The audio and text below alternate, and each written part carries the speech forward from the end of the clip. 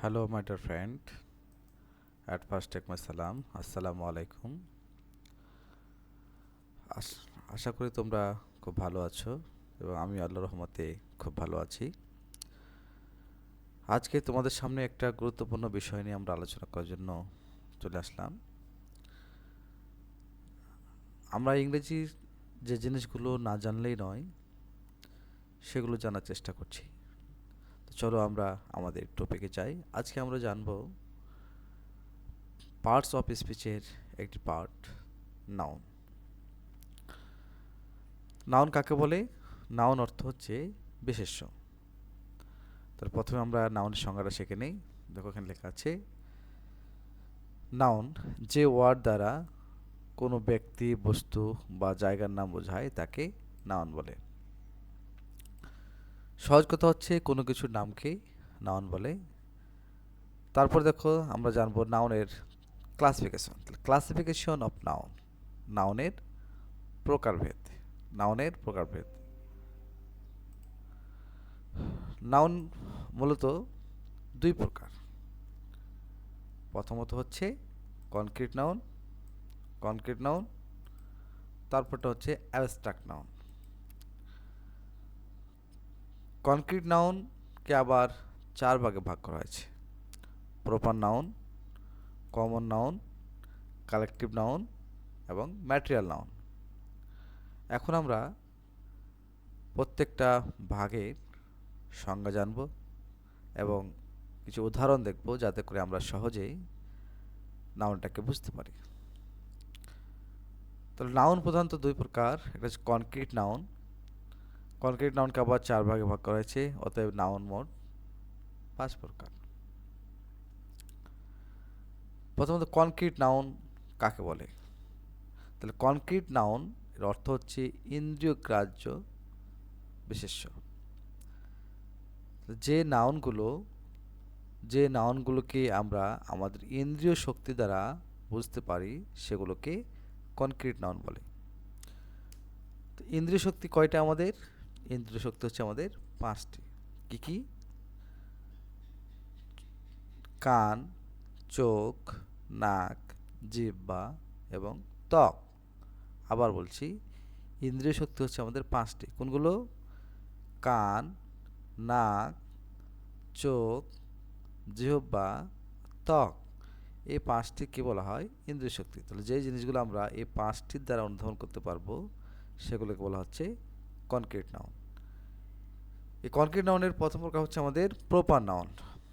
Proper noun শব্দের অর্থ হলো নির্দিষ্ট নামবাচক বিশেষ্য। যে নাউন দ্বারা কোনো ব্যক্তি, নির্দিষ্ট কোনো ব্যক্তি, বস্তু বা জায়গার নাম বোঝায় তাকে প্রপার নাউন বলে। যেমন রহিম, রানা, মিনা, সিলেট, সুরমা, বকুল, ঢাকা, দিনাজপুর, ঠাকুরগাঁও, হরিপুর। এভাবে যত আরও নাম আছে সবগুলোই হচ্ছে noun. Number three, common noun. Common noun শব্দের অর্থ হচ্ছে জাতিবাচক বিশেষ্য। তাহলে যে নাউন দ্বারা কোনো জাতিবাচক নাউনকে বোঝায় তাকে কমন নাউন বলে। For example, student, teacher, people, player, singer, artist, speaker, etcetera.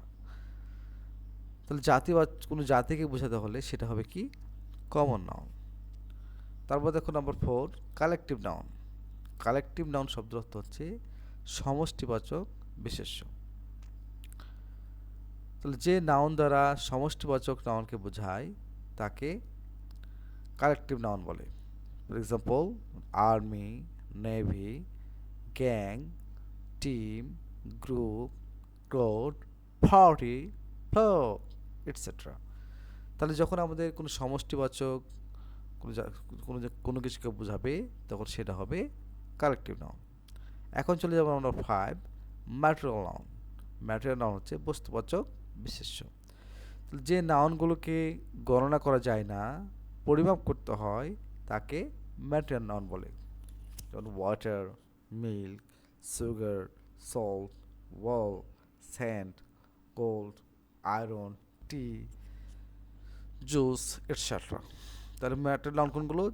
যেগুলোকে গণনা করা যায় না। The last one, abstract noun. Abstract noun হচ্ছে গুণবাচক বিশেষ্য। যে নাউনগুলোকে ধরা ছোঁয়া যায় না কিন্তু কল্পনা দ্বারা বোঝা যায় তাকে অ্যাবস্ট্রাক্ট নাউন বলে। যেমন নলেজ, অনেস্টি, উইজডম, ফাদারহুড।